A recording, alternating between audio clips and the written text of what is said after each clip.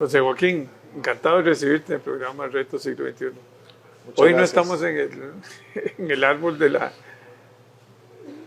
más lindo que hay en Costa Rica porque está lloviendo, entonces si no queremos mojarnos, Así es. está medio resfriadillo.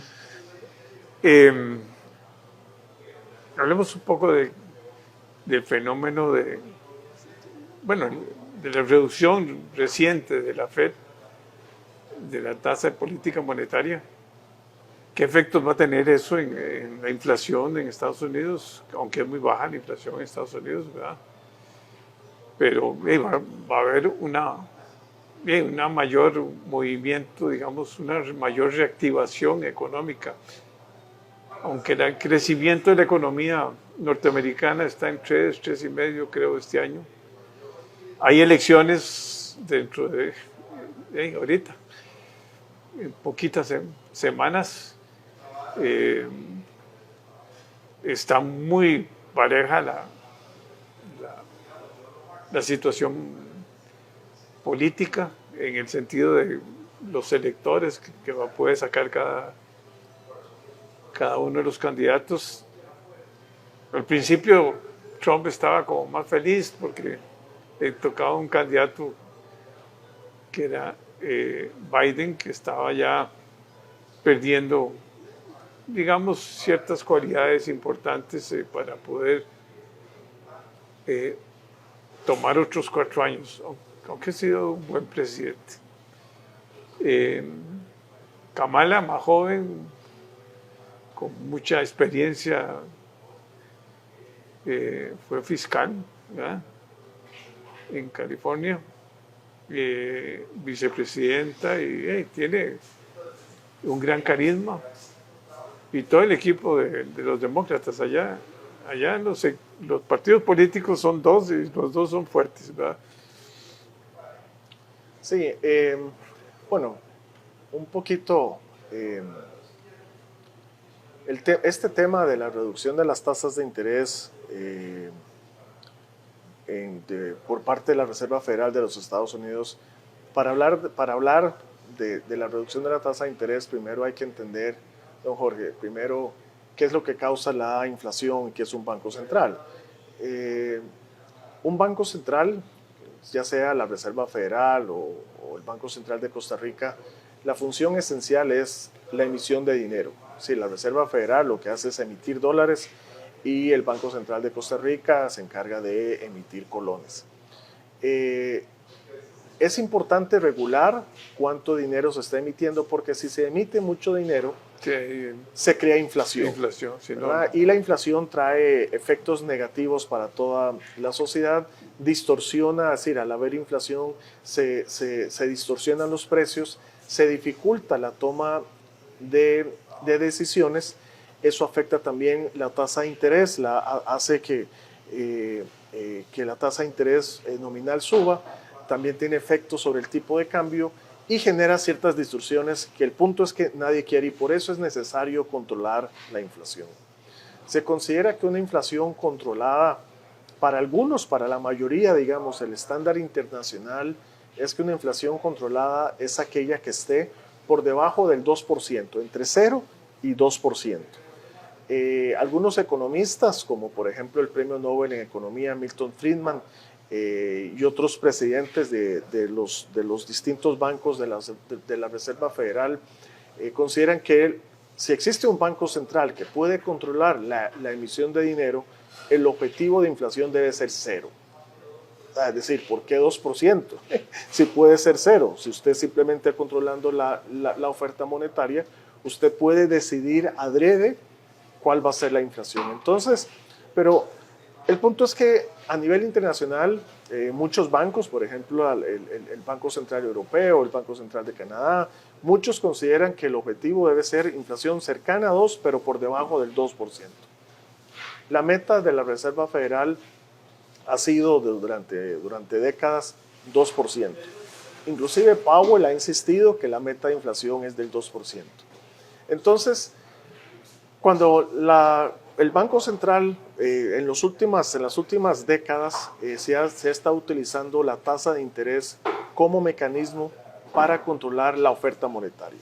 Cuando la tasa de interés sube o cuando el Banco Central sube la tasa de interés, lo hace para recoger liquidez. Es decir, si hay inflación, como la que hubo a partir creo que del 2022, que los países prácticamente en todo el mundo hubo un repunte de la inflación, la mayoría de los países y los bancos centrales subieron la tasa de interés con el fin de recoger liquidez, recoger el exceso de dinero que había circulando con el fin de reducir la tasa de inflación. Inclusive nosotros habíamos tenido un programa porque mucha gente decía, creo que fue a finales del 2022, don Jorge, tuvimos un programa donde creo que usted me estaba preguntando que había un temor de que en el 2023, porque muchos decían que el aumento de la tasa de interés por parte de la Reserva Federal iba a causar una recesión económica. Yo le decía que no, que eso no era cierto, que no tenía fundamento, porque más bien al recoger liquidez y controlar la inflación se daban las condiciones para un mejor crecimiento económico.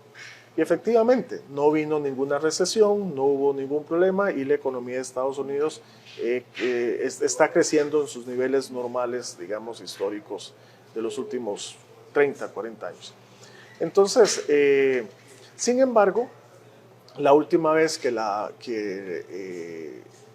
tasa de política monetaria de la Reserva Federal fue modificada antes de esta última, ahorita en septiembre, creo que fue en julio o junio del año pasado.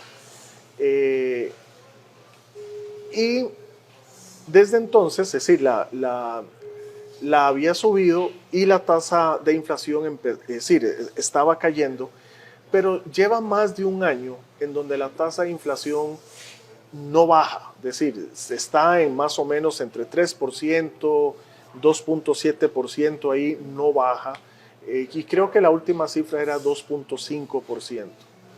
Entonces, si la tasa de inflación todavía en los Estados Unidos no ha caído por debajo del 2%, que es la meta de inflación, para mí y para muchos es un error que la Reserva Federal haya reducido la tasa de interés y máxime que la redujo en 50 puntos base, es decir, en medio punto porcentual, porque eso lo que va a significar es más bien que la inflación va a repuntar de nuevo.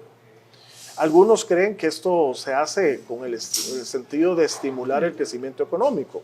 Pero don Jorge, emitir dinero no produce estímulo económico. Dios quisiera que emitiendo dinero se generara riquezas. Y para eso sería facilísimo. Pongamos, qué sé yo. La maquinita trabajar y... Exacto, que nadie trabaje, que todo el mundo se quede en su casa, que el Banco Central de Costa Rica le dé a cada uno una tarjeta de débito del Banco Central de Costa Rica y que a fin de mes cada uno vaya, pase la tarjeta y el Banco Central paga emitiendo dinero. Eso sería lo que se debería hacer si la emisión de dinero generara riqueza. Pero no, es decir, no es emitiendo dinero cómo se genera riqueza. Entonces este es un error.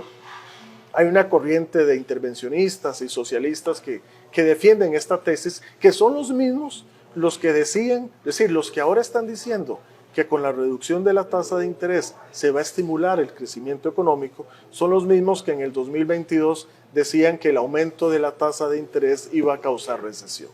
Y no vino ninguna recesión y de igual manera ahorita con la reducción de la tasa de interés no va a venir mayor crecimiento económico, sino que la consecuencia principal va a ser un aumento nuevamente de la tasa de inflación con todas las consecuencias negativas que tiene el aumento de la tasa de inflación. Había un programa, creo que usted hizo un programa reciente con don Oscar Álvarez, donde él decía que precisamente hablando de la campaña electoral, habían sorpresas de octubre. Y para mí esta reducción de la tasa de interés por parte de la Reserva Federal es una sorpresa de octubre. Es decir, es una política que se hace para favorecer al gobierno de turno, es decir, al gobierno que está en el poder en ese momento, ¿verdad? Y con elecciones a semanas. Exactamente, entonces para mí fue una reducción más que todo política. Yo escribí un artículo en El Financiero donde decía que fue una política populista, en el sentido de que no tiene ningún criterio técnico. Repito, la tasa de inflación de los Estados Unidos aún no llegaba al 2% y tenía más de un año de estar estancada entre 3%, 2.7%, es decir,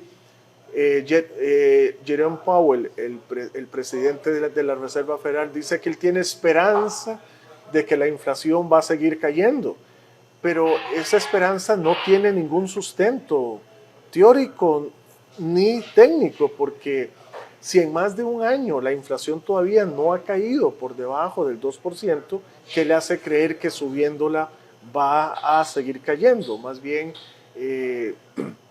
por eso digo que fue más que todo una reducción quizá populista, porque todos sabemos que más bien al reducir la tasa de interés se aumenta el crecimiento de la oferta monetaria y la consecuencia va a ser mayor inflación, pero no va a tener mayor consecuencia sobre el crecimiento económico ni la disminución del desempleo. Si queremos, y esto es importante tomarlo en cuenta en Costa Rica, porque también a veces se habla de que hay que reducir la tasa de interés para estimular el crecimiento económico. Hay economistas en este país que creen eso. Zúcar, por ejemplo, cree que el Banco Central con su política monetaria debe afectar el crecimiento económico, afectar distintas industrias como exportaciones y cosas. Y no, es decir, si usted quiere fomentar el crecimiento económico, lo que tiene que hacer es reducir los costos de producción. ¿Y cuáles son los costos de producción? Los impuestos. ¿Cuáles son costos de producción? Monopolios creados por ley que generan precios mucho más altos de los que podrían existir en caso de que haya libre competencia. ¿Cómo podemos estimular el crecimiento económico? También reduciendo el gasto público, porque todo lo que gasta el sector público, ¿de dónde sale? Viene del sector productivo. Es decir, al crecer el gasto público se reduce el sector productivo y por lo tanto, al reducir el gasto público, expandemos los recursos que dispone la disponibilidad para el sector productivo, entonces vamos a crecer más. Entonces, muchas personas que creen en la intervención del gasto público y estas cosas no quieren oír estas cosas o quieren hacer caso omiso y quieren hacernos creer que el crecimiento económico depende del Banco Central y de la emisión de dinero, y no es así, ¿verdad? Si queremos crecer necesitamos atacar la raíz de los problemas, los costos de producción, que son, habría que reducir impuestos, reducir el gasto público, promover el libre comercio, reducir monopolios creados por ley, por ejemplo el monopolio de Recope, el monopsonio que tiene el ICE en el mercado de la generación eléctrica, someter a competencia la caja, por ejemplo, romper la obligatoriedad de cotizar para la caja. Ojo, no estoy diciendo cerrar la caja, estoy diciendo eliminar la obligatoriedad de cotizar a la caja, abrir el mercado de los seguros médicos de la manera más agresiva posible para que entonces las personas puedan optar por un seguro médico alternativo al de la caja. Pero estas son las cosas que hay que hacer si uno quiere promover el crecimiento económico. No es expandiendo la oferta monetaria ni reduciendo la tasa de interés de política monetaria del Banco Central. Bueno, pero la tasa política monetaria cuando estaba aquí en el 9% prácticamente nos tenía paralizados a todo el sector productivo, porque aquí suben los intereses en los bancos y el tipo de cambio también se está moviendo con la tasa política monetaria. Al tener una tasa política monetaria más baja, que es lo que se le ha pedido al Banco Central, más razonable, de ahí podemos lograr que no haya esa cantidad de recursos que vinieron aquí a invertir en colones, ¿verdad? Y pues luego lo pasaba a dólares y ganaban tasas de interés altísimas y se fueron creciendo las reservas, digamos, del Banco Central y el tipo de cambio se fue para abajo Sí, eso, un punto importante, don Jorge, que usted mencionó, es que entonces la tasa de interés debe ser aquella que garantice estabilidad de precios. Y el caso de Costa Rica se le fue la mano. Es decir, al 9% y después sí, fue bajando, pero ¿y cómo sabemos que se le fue la casi mano? plana.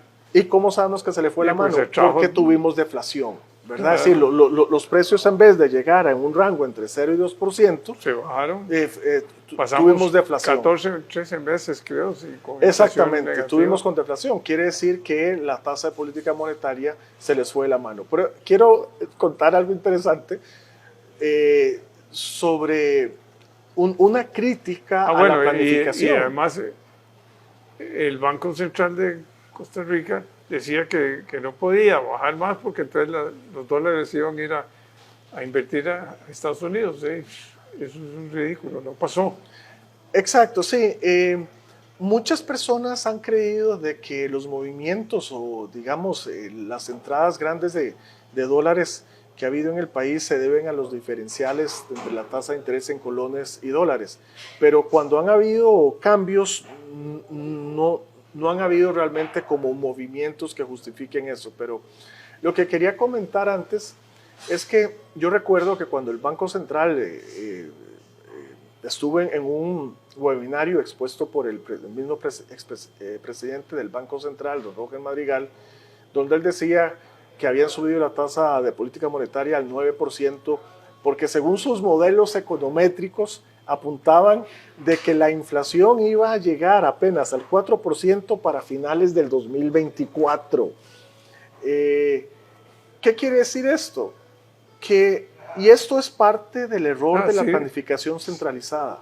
La gente cree, a veces dice, no, es que hay que hacer un estudio técnico para determinar cuál debe ser la tasa de interés que se debe fijar. No, si el mismo Banco Central, que tiene funcionarios dedicados 24 horas al día, que los bancos centrales los manda al exterior para estudiar modelos econométricos, que tienen 20 años de estar haciendo eso, y no son capaces de determinar cuál es la política, es decir, la tasa de interés de política monetaria necesaria para alcanzar la meta de inflación que ellos se fijan, es para que nos demos cuenta del fracaso del Estado, porque muchas veces creemos de que el Estado puede planificar, que es cuestión de poner unos técnicos para determinar cuáles son los parámetros o con la caja, cuál es el monto que se debe cobrar, cuál es lo que se puede pagar o los años en que se tiene que jubilar para poder hacer tal pago. No, eso no existe, don Jorge.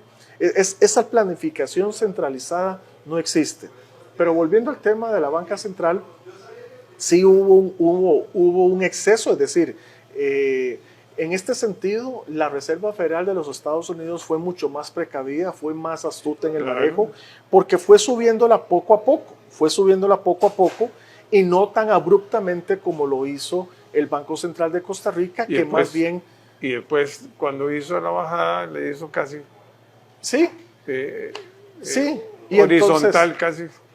Y entonces claro que eso significó una revaluación del colón muy fuerte, ¿verdad? Una fortaleza en reservas monetarias. Lógicamente no había problema en reservas, pero ahí había un problema de la producción nacional, o sea, no competíamos. Nosotros se encareció todo porque el colón está carísimo.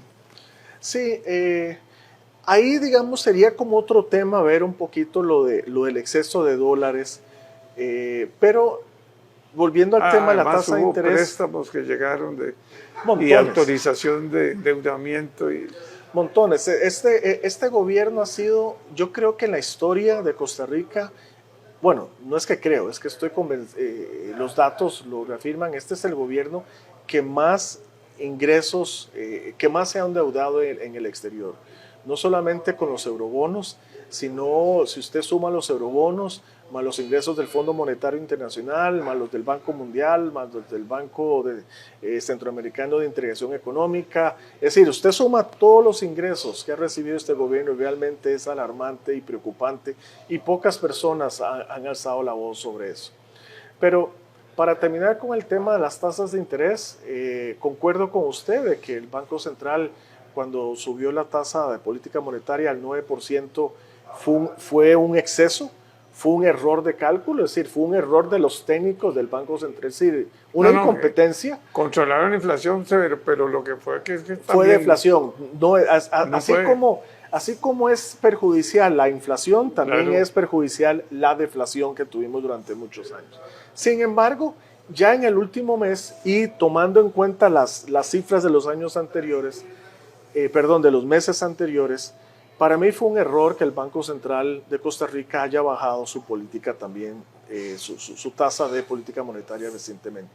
Porque ya para el último mes, ya la inflación ya era positiva y ya estaba bajo el control de entre 0 y 2%. Es decir, con la reducción de la tasa de política monetaria que recientemente hizo el Banco Central de Costa Rica, lo que vamos a hacer más bien es otra vez a vivir experiencias inflacionarias que no deseamos.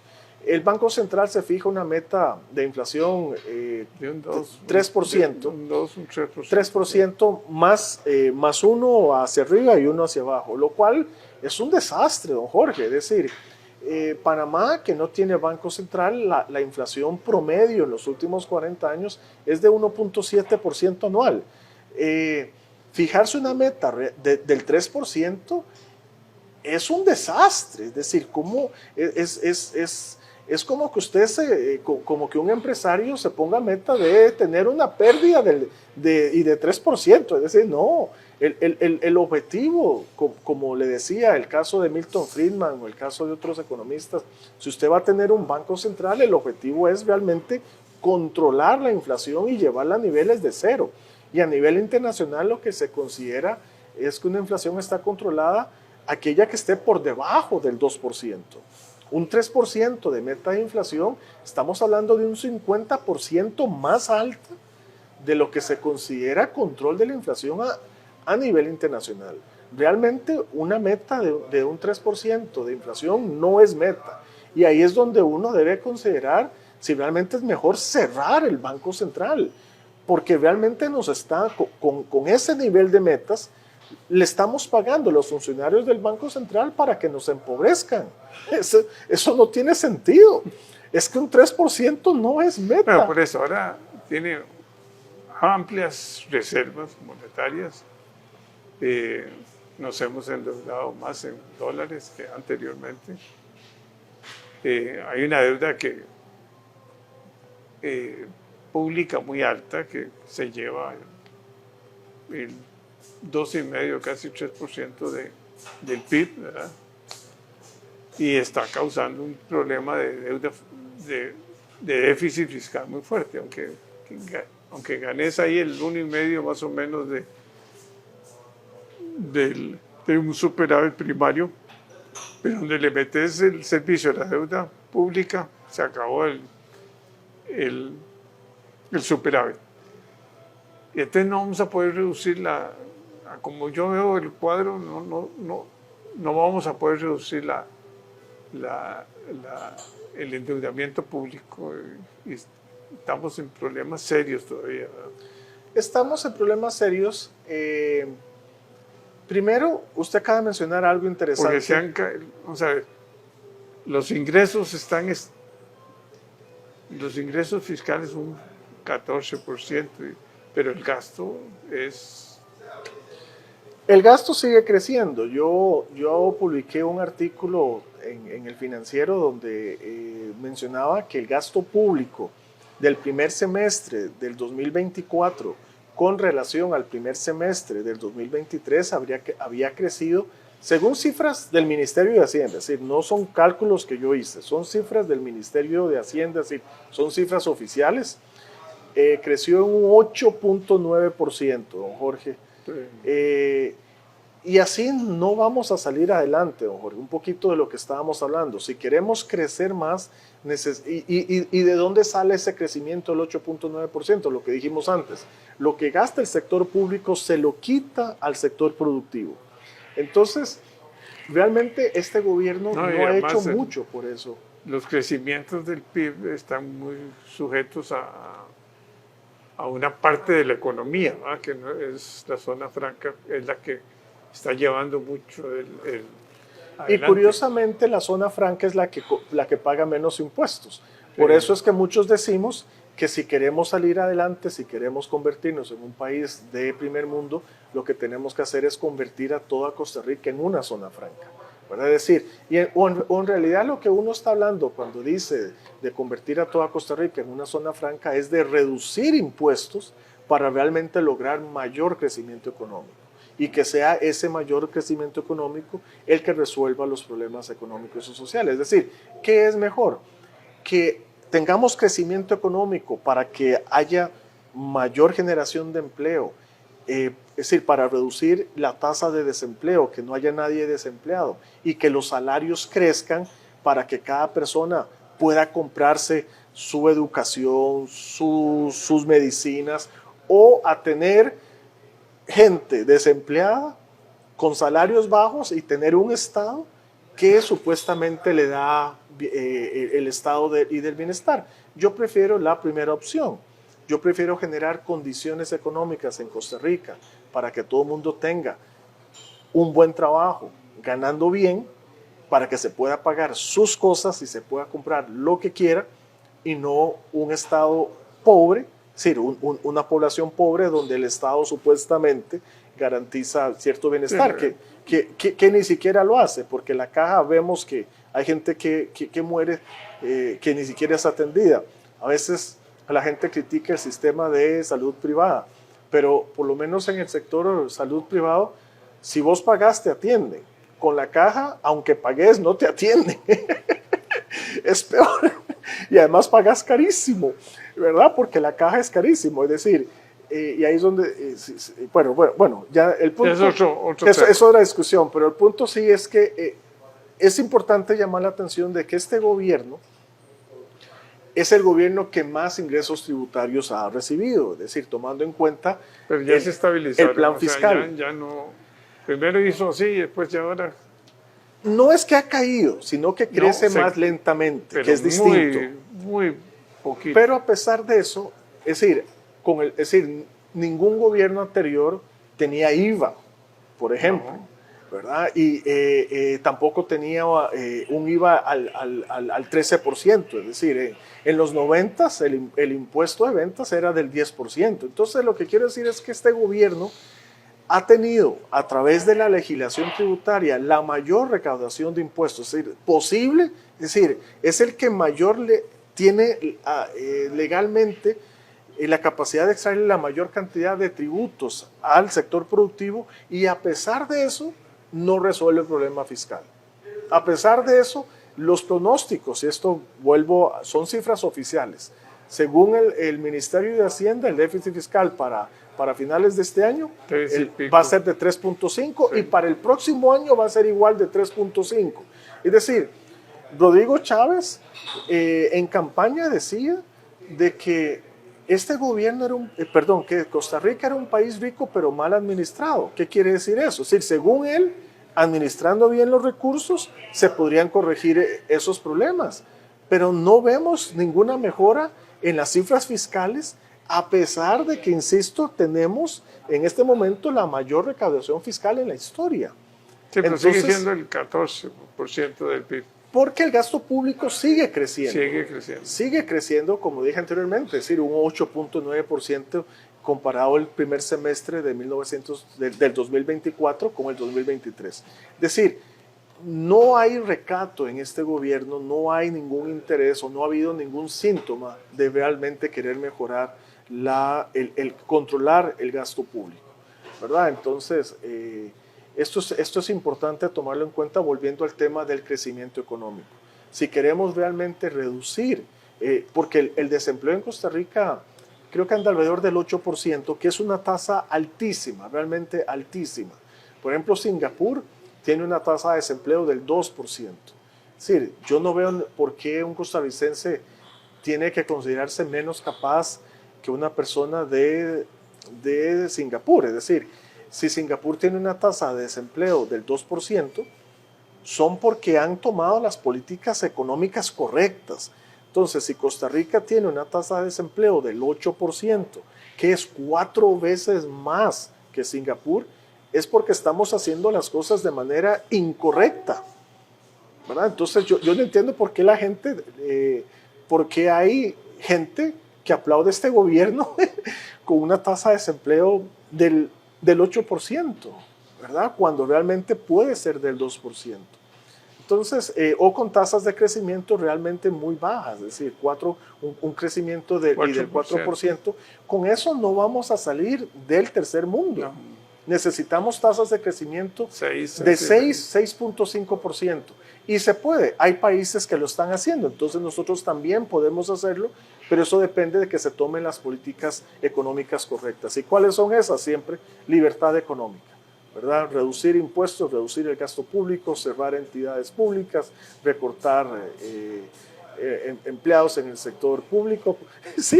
Suena muy bien teóricamente. Eso, no, es que no es, vea, ya tal vez para no abusar un poco, a mí me encanta la historia, comparar la historia de Hong Kong, de Singapur con la de Costa Rica. En la década de 1950, Singapur, Hong Kong eran tan pobres como Costa Rica. Sin embargo, Costa Rica apostó a ¿qué? Apostamos al modelo de sustitución de importaciones, es decir, apostamos al proteccionismo, apostamos a las garantías sociales, apostamos a la banca estatal, apostamos a las empresas públicas, apostamos al Estado benefactor. Y hoy, 70 años después, seguimos siendo un país tercermundista con un ingreso mediocre, con un ingreso per cápita mediocre de tercer mundo. Mientras que Hong Kong y Singapur apostaron a la libre comercio, no hay proteccionismo, es decir, hicieron a un lado el modelo de sustitución de importaciones, libre comercio, el arancel promedio en Hong Kong y Singapur ha sido 0, no apostaron a empresas públicas, no tienen, hasta hace poco ni siquiera tenían salario mínimo, no apostaron a garantías sociales, no apostaron a patentes ni permisos. Usted podía poner una industria en el garaje de su casa sin necesidad de pedirle permiso a nadie.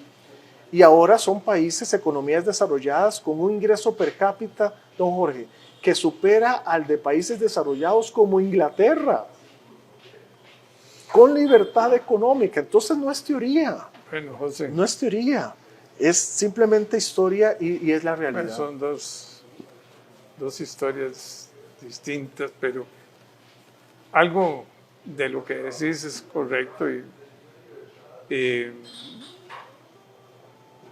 yo he estudiado un poco de Singapur, Hong Kong no. Curioso, ¿eh? Y Hong Kong ahora es un estado dentro de un país enorme, ¿verdad?